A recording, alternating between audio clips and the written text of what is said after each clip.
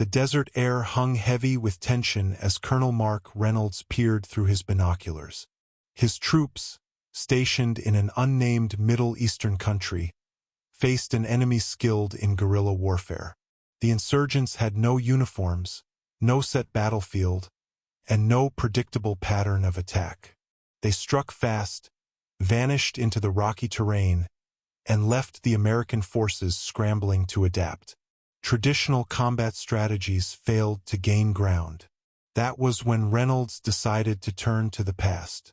As a history enthusiast, he had studied ancient warfare extensively. The Romans, he knew, had faced similar difficulties when expanding their empire. Their enemies, barbarians, rebels, and desert raiders, had fought in much the same way as modern insurgents. The solution, Reynolds believed, lay in the military doctrines of the Roman legions. He gathered his officers in the dimly lit command tent, maps spread across a wooden table. "Gentlemen," he said, his voice steady, "we've been looking at this conflict all wrong. The enemy dictates the rules and we react. That ends now." He tapped his finger on a copy of Vegetius de Re Militari. The Romans fought enemies just like ours. They mastered adaptability, small unit tactics, and deception. "We'll do the same." Major David Connolly raised an eyebrow. "You're suggesting we fight a 21st century war with 2,000-year-old strategies?" "Not quite," Reynolds replied. "We adapt their principles to modern technology. We stop playing defense and make them react to us." Reynolds introduced the testudo or tortoise formation, adapted for urban combat. He modified the idea to include overlapping fields of fire, creating impenetrable zones as soldiers moved through the streets. Shields became armored personnel carriers, and pylon spears became coordinated sniper and drone strikes. Instead of deploying large patrols, they used the maniple system, small independent squads that moved quickly, communicated fluidly, and engaged strategically. Their first test came at a bombed-out village where insurgents had entrenched themselves. Instead of sending a standard force, Reynolds deployed 3 10-man squads, each tasked with controlling a specific section. They moved in a staggered formation, shields up, bulletproof riot shields protecting their front, drone reconnaissance guiding their flanks. When the first squad was spotted, they formed a defensive perimeter, reminiscent of the Roman circulus, forcing the enemy to focus fire while the second and third squads flanked from hidden alleyways. Within 20 minutes, the enemy was routed. Connolly, initially skeptical, was now impressed. "It worked. We didn't just react, we dictated the fight." Encouraged by their success, they studied more Roman tactics. The caltrip, a simple spike device, was reimagined as remotely detonated spike strips to disable enemy vehicles.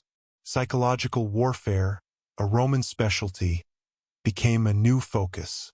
Just as Rome spread false information to weaken their enemies, Reynolds' men used cyber warfare and misinformation, spreading rumors of false troop movements and drone strikes to sow confusion among insurgent ranks.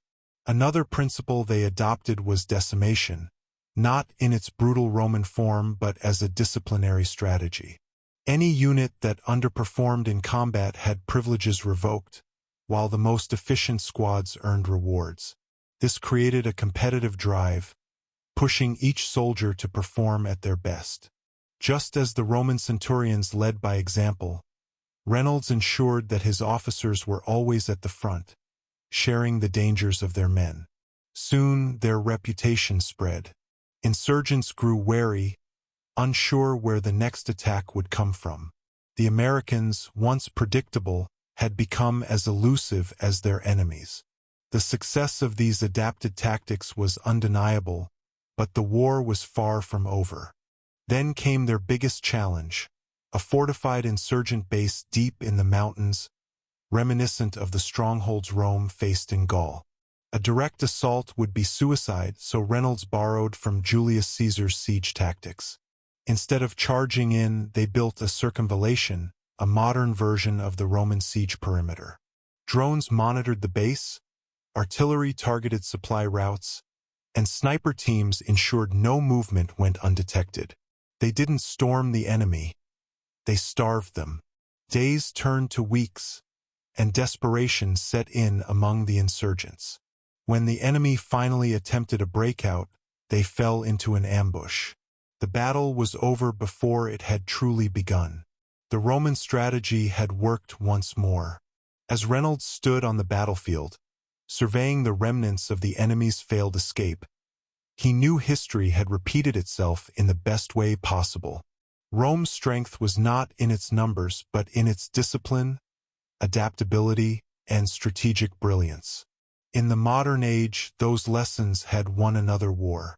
The victory, however, was not without its costs. Several soldiers had fallen in the siege, and the emotional toll weighed heavily on the unit. War, no matter how well planned, always exacted a price. Sitting alone in his tent that evening, Reynolds reflected on the ancient commanders he admired. Caesar, Scipio, Trajan, none of them had ever won without loss. As he read over the reports, another challenge presented itself. The insurgency was not completely crushed.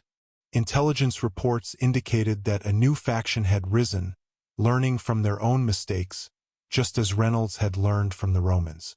The war was evolving, and the enemy was adapting. It was a lesson straight from history. Every victory bred new challenges. Reynolds knew they could not afford complacency. He called another meeting with his officers. "They're changing their strategy," he said, pointing at the latest intercepted messages. "They're learning from us. This time we evolve again." He proposed a new plan, this time inspired by the cohort replacement system the Romans used. Instead of rotating individual soldiers in and out, entire units would train together and operate as a single, cohesive force. This would maintain their battlefield effectiveness and ensure no loss of cohesion when replacements arrived. To counter the enemy's increasing use of night raids, Reynolds implemented tactics inspired by Roman vigiles, night watchmen who patrolled the streets of ancient Rome.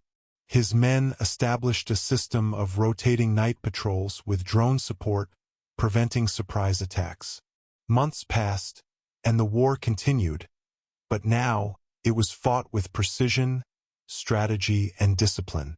Reynolds and his men were no longer reacting to the enemy. They were shaping the battlefield. And in the quiet moments between battles, he wondered if one day, future commanders would look back at their strategies the same way he had studied Rome's, learning, adapting, and finding new ways to wage war.